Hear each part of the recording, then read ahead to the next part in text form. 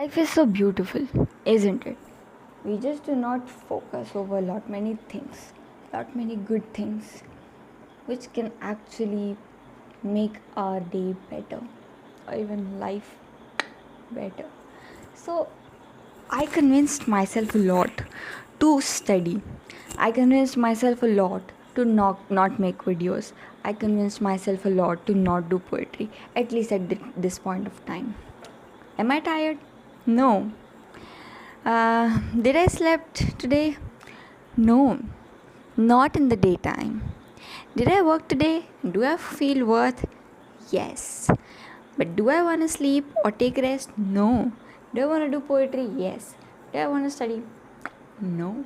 Is study important? Yes. But what am I going to do? Make video. Okay, let's just not talk about that.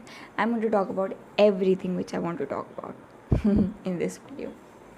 First of all, I closed the room light and then I started recording the video, opening my flashlight of phone's camera, and then I realized that the video is not so good in quality.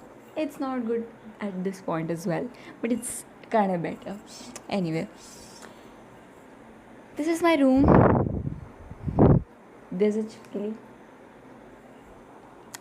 and the window is 50% closed and 50% open. Really very thankful for the half cup filled, which is the half window open.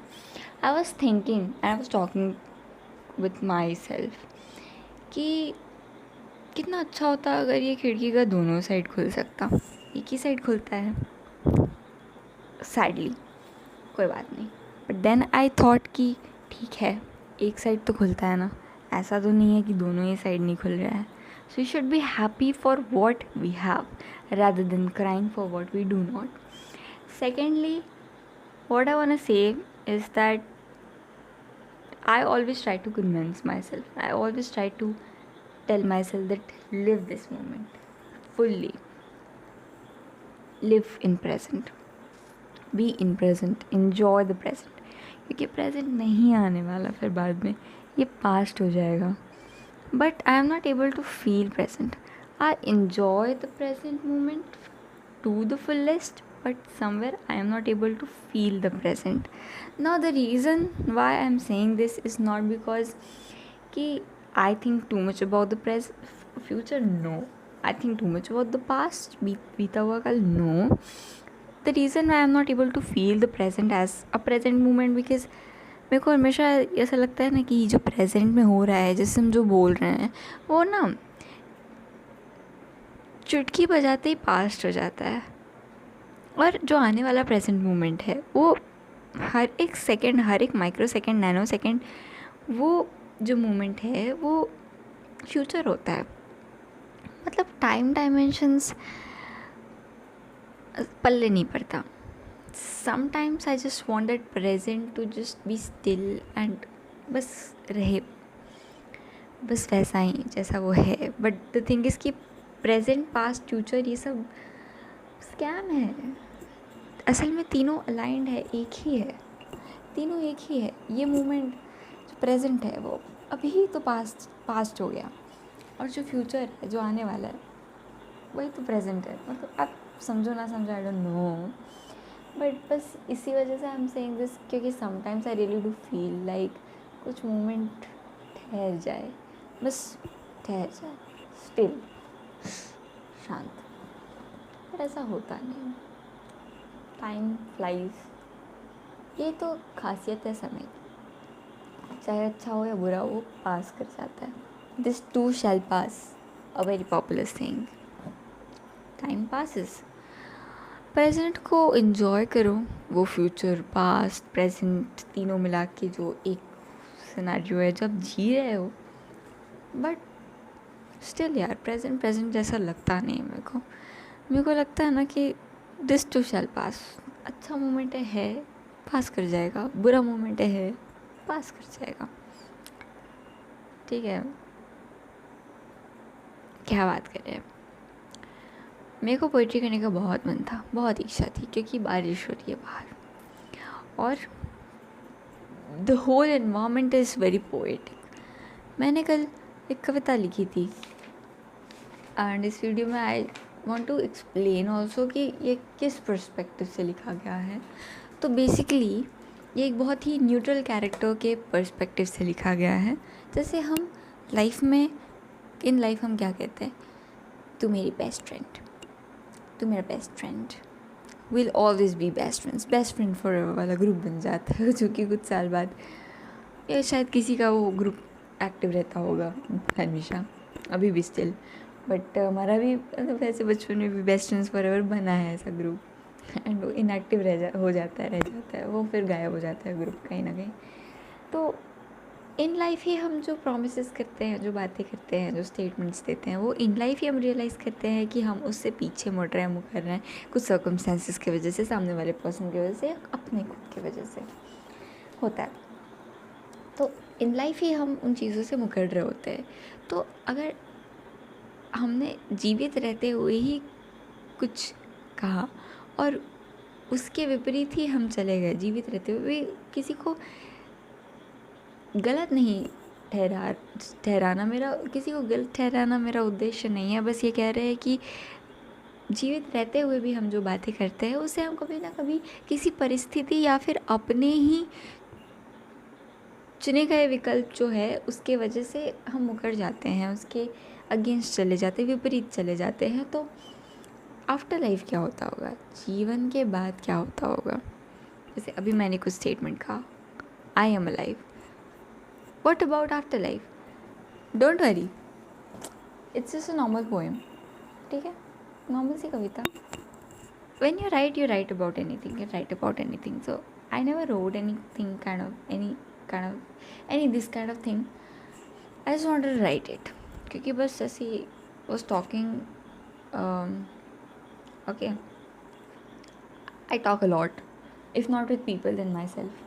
Was talking and just realized, just got an idea of writing this thing. तो बाकी की चीज़ें आपको कविता सुन के समझ आएगी, that what I wrote about. So कविता का शीर्षक है, मेरे चले जाने के बाद तुम मेरे साथ क्या करोगे। कहते हैं कि जब शरीर से प्राण निकल जाता है तब जिगर धड़कना बंद कर देता है और सांसें रुक जाती हैं। आत्मा जो कि अमर होता है वो देह को हमेशा के लिए त्याग देता है। प्रश्न ये नहीं कि मेरे रहते तुम मेरा कितना ख्याल रखोगे, प्रश्न ये है कि मेरा मुझसे दूर हो जाने के बाद तुम मुझको कैसे रखोगे। क्या औरों की तरह मेरे शव को जला दोगे तुम, या फिर तुम मुझे किसी कब्र में दफना दोगे। तुम मेरे प्राण द्वारा त्यागे मुझको कैसे संभालोगे। तुम मुझको ढूंढोगे जब मुझ में और मैं तुम्हें नहीं मिलूँगी तब क्या करोगे। क्या तुम जन्मों जन्म तक मेरा इंतज़ार करोगे। क्या तुम तब भी याद करोगे मुझको, मुझसे प्यार करोगे। मेरे जाने के बाद तुम मेरे ख्याल का क्या करोगे। मेरे बिना कैसा होगा तुम्हारा हाल। क्या अपना ख्याल रखोगे। क्या चाहोगे कि मेरी आँखें एक बार फिर से तुम्हें निहार लें। क्या चाहोगे नहीं कि मेरे होठ फिर तुमको ढेरों प्यार करें। क्या चाहोगे नहीं कि ये मृत शरीर में वापस प्राण आ जाए। क्या चाहोगे नहीं कि एक बार फिर तुम मेरे बाल सहलाए। मेरे जाने के बाद तुम मेरे साथ क्या करोगे। मेरे साथ बिताए लम्हों को याद करोगे या फिर मुझको भुला देने की नाकाम कोशिश। मैं तो जाकर भी हमेशा तेरे साथ रहूँगी। मैं तो जाकर भी हमेशा तेरे साथ रहूँगी, पर तुझ में बची उस मैं के साथ तुम क्या करोगे। मेरे जाने के बाद तुम मेरे साथ क्या करोगे। मुझको भुला दोगे तुम या फिर भी याद करोगे? क्या तुम मुझे फिर भी याद रखोगे? मेरे जाने के बाद तुम मेरे साथ क्या करोगे?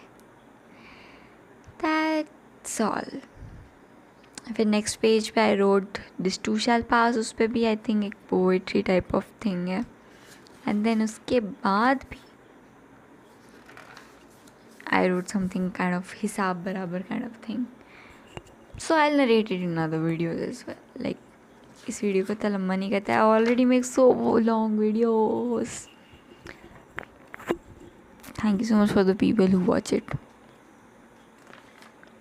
क्योंकि it's not easy to tolerate this long videos, that also without any editing, with total rubbish bakwas. So I just mention this in brief. What are the diaries which I am using currently?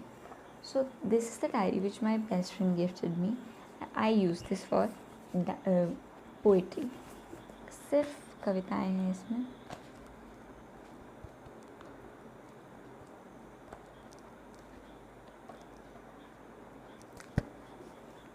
और ये मैंने कितनी complete की है.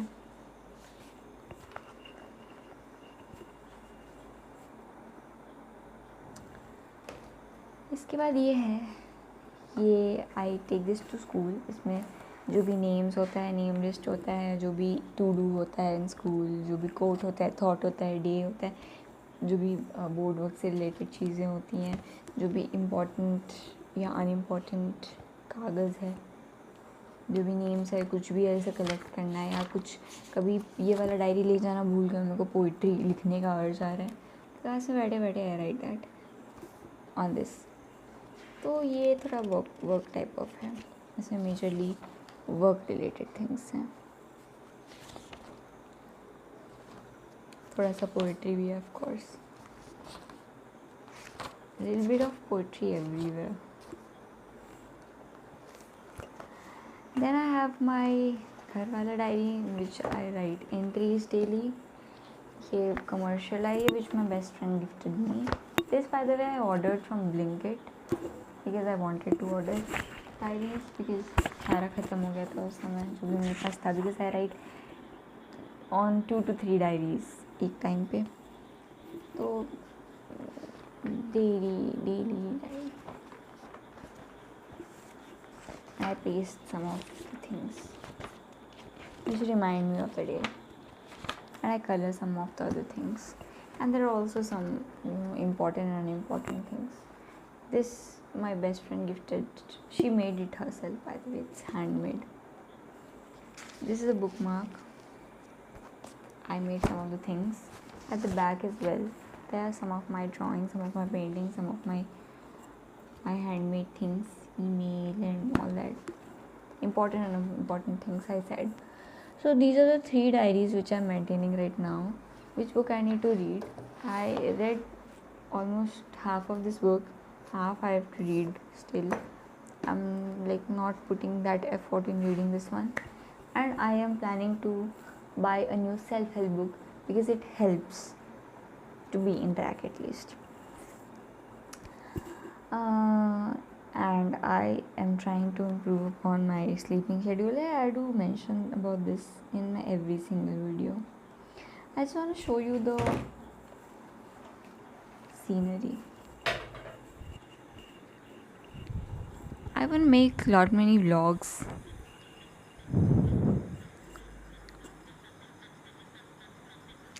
I hope you are not able to see